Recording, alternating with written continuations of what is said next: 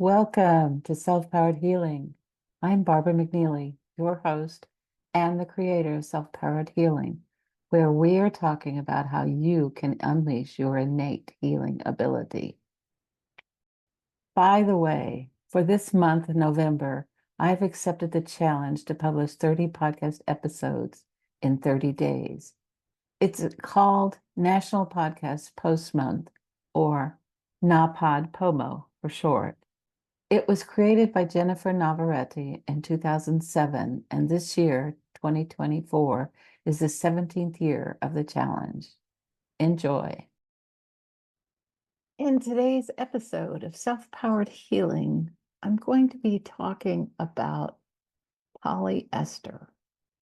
I have this tendency, or you could consider it a bad habit, of reading ads on Facebook as I'm scrolling through. It's probably a procrastination thing, if I'm honest. Sometimes I will find new products, although I'm really careful and scrutinize a business before making a purchase because many of them are not so above board, shall we say. And I've been noticing lately that there are some clothing companies coming out that don't use polyester or synthetic fabrics. And for me, that's a good thing. I also see companies that will tell you anything to get you to buy their product. So caveat emptor, let the buyer beware. But today I want to focus on those clothing companies.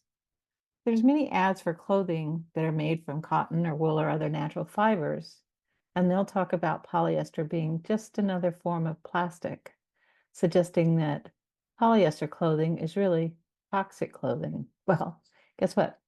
I happen to agree with them. In fact, I know that it is true, at least for me. I have firsthand knowledge.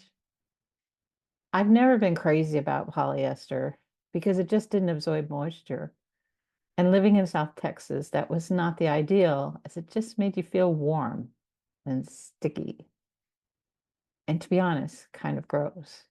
Now, I admit there's advantages to polyester. It does wash and dry nicely. It doesn't often need ironing, and it looks really good. But for me, how I feel with it on is more important than all of that. I've also found that perspiration odors don't want to wash out of polyester. Maybe you've noticed that too. I learned it firsthand when I was at a memorial service for a friend, and suddenly I noticed this odor. But further research has shown me that there are many people that have had this issue and that it has been proven to be a problem. Well, that was in 2013 when I had that little encounter. I had very little in my closet that was polyester, and I quit wearing any of the blouses or tops that were 100% polyester. But I did have some polyester pants that I wore occasionally. They were nice in that they didn't wrinkle and they pop out of the dryer ready to wear, and they were really comfortable. Well, until they weren't. I started to experience some days where I was antsy. It's hard to describe the feeling. I almost feel like it might be what ADD is or ADHD. I just couldn't sit still. I was just really antsy, very uncomfortable. I actually came to describe the feeling as a bit of a bat guano crazy feeling. And one day I realized that it only happened when I wore those polyester pants.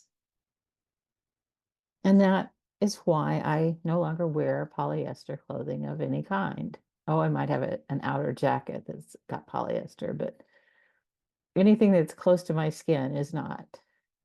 And all the other synthetics too. I do allow a bit of elastic and up to 5% spandex for stretch, but other than that, it is not for me anymore. You know, I also had a similar reaction to a dermatologist recommended brand name lotion. It was suggested for a rash that I had, but I realized it also gave me that same bat guano crazy feeling. And it all got me to wondering if ADD or ADHD is its own actual health conditions. Is it a disease? Or is it more a reaction to the far too common use of synthetic ingredients in our world? You might be saying, oh, but other people don't ever have this experience, so perhaps it's just in your head. Well, it could be. I don't know. But I believe that I experience it because I stopped wearing most synthetics. And so when I did wear them again, my system was no longer accustomed or acclimated to them. Is that the right answer? I don't honestly know.